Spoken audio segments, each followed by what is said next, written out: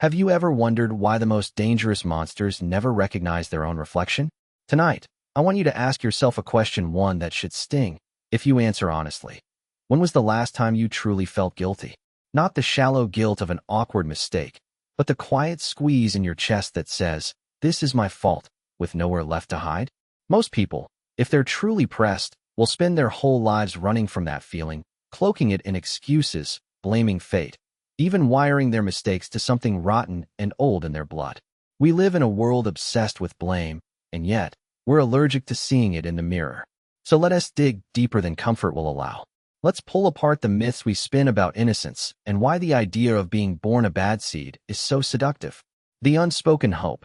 Maybe, if my flaws were planted in me by some cruel twist of DNA, I'm not really to blame.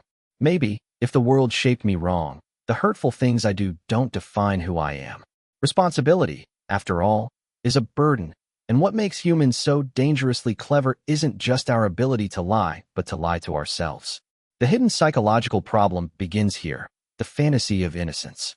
We cling to the belief that darkness happens to us, not because of us. When relationships fracture or our conscience aches, we reach for stories that promise escape. "I can't help that I'm like this" quickly becomes more soothing than "I've chosen to act this way." We call it fate, upbringing, even chemistry, anything to avoid shouldering the shameful truth that sometimes we're the architects of our own cruelty. In families, this looks like the scapegoating of a child, the inconvenient one labeled problematic, so that others can avoid their own roles in the chaos. In love, it plays out when someone cheats, the urge to trace it back to a flawed childhood, a troubled past, instead of admitting a raw, conscious betrayal. Why do we fall so easily into these traps? The answer is both simple and horrifying. We are terrified of alienation. To see yourself clearly in all your pettiness, vindictiveness, or indifference can be a kind of psychological exile. If you own the darkness inside you, what right do you have to love, to belong? The mind offers a tempting bargain. If you blame your badness on something beyond your control, you can still present yourself as worthy of connection. This mechanism starts early. Watch a child caught stealing or lying. They instinctively point outward. "He made me do it," or "I just couldn't help it." As adults, we become more sophisticated, building elaborate stories of generational trauma, citing brain chemistry, or pandering to the pop science of hardwired evil. It's a dance of self-preservation, but it rots us from within. The more we feed the fantasy of powerlessness, the more powerless we become, until the very idea of choosing differently feels alien, perhaps even impossible. What does this reveal about us, really? We are, at our core, creatures built on contradiction. We crave meaning, and yet flinch from consequences. We need to feel like heroes in our private narratives, but also need villains upon which to pin our shame. This is why villainy rarely feels like villainy from the inside. It's always necessity, or misfortune, or a flaw that couldn't be helped. The real tragedy is that the world's worst horrors have been committed by people convinced of their basic innocence, their actions sanitized by some grand excuse. Think of collective violence justified as destiny, or workplace sabotage explained away as self-defense. When everyone dodges blame, the cycle repeats and the world grows colder, one denial at a time. But there is a twist, and it gets darker. Our belief in the bad seed myth isn't just about absolving ourselves. It's about controlling the narrative, too. By locating evil in DNA, or chalking up vice to brain chemistry, we declare the universe fundamentally unfair.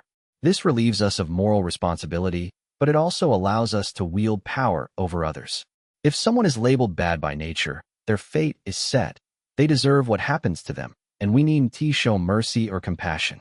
Whole societies have been built on this thinking, turning difference into doom, painting certain people as irredeemably flawed. It's easier to punish the bad seed than to confront the systems or choices that produce suffering. It's even easier to turn that label on ourselves as an act of self-pity that disguises a refusal to change. Let us add a layer the mirror rarely reveals. Blame is addictive. Once we begin deflecting, it becomes a reflex. Every small mistake, every interpersonal rupture becomes evidence for our theory. "I can't help it. I'm just wired this way." In romantic conflict, couples repeat the same arguments, each believing their soul was forged by the fires of family dysfunction. Leaders evade accountability with charisma and cleverness, painting themselves as victims of circumstance. Even in the smallest betrayals, like a lie told to preserve our image, we tap into this same psychology. And every time we succeed in blaming anything besides ourselves, our muscles of self-honesty weaken just a little more. The result? A society where everyone feels wronged and no one feels responsible. But here comes the most uncomfortable twist. The more we avoid blame, the more we poison our identity. Each act of self-deception chips away at the foundation of who we are.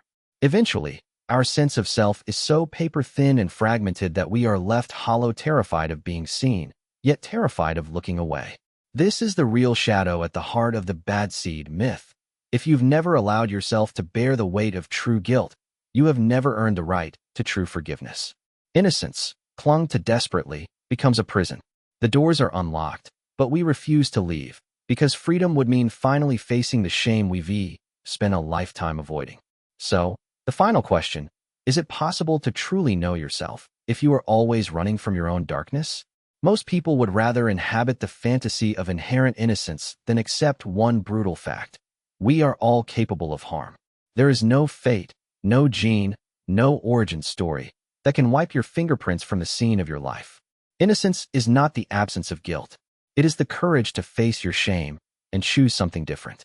The next time you look in the mirror, ask, are you really innocent or just a master of self-deception? The real monsters, the ones we fear in childhood stories, are the ones who insist, even now, that they did nothing wrong.